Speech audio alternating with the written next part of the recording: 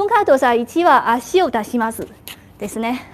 足を出すときに、とりあえず足の幅、前後幅、出す幅どこですか？ね、これはね、右かかとの延長線、独立。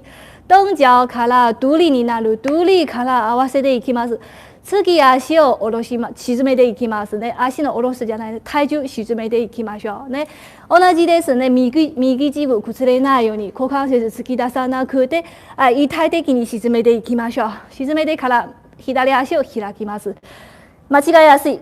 こっちで。そう、これは不好。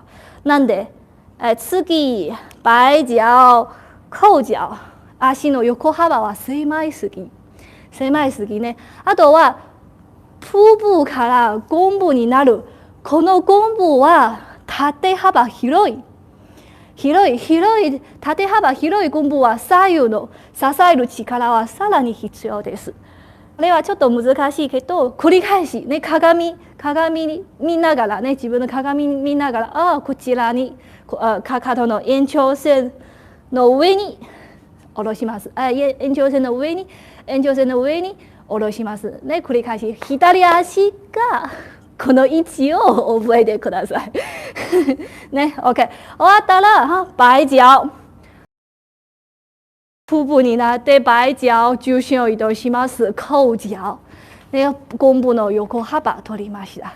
ね、OK。そう、これをちょっと注意しましょうね。足のこと、足出すのことね。OK。好。あとは足出す。合わせて、こういうふうに。そう。バランス取るために、不好ですね。軸は崩れちゃったね。軸崩れて上半身の重さは十分に足裏に沈めることができません。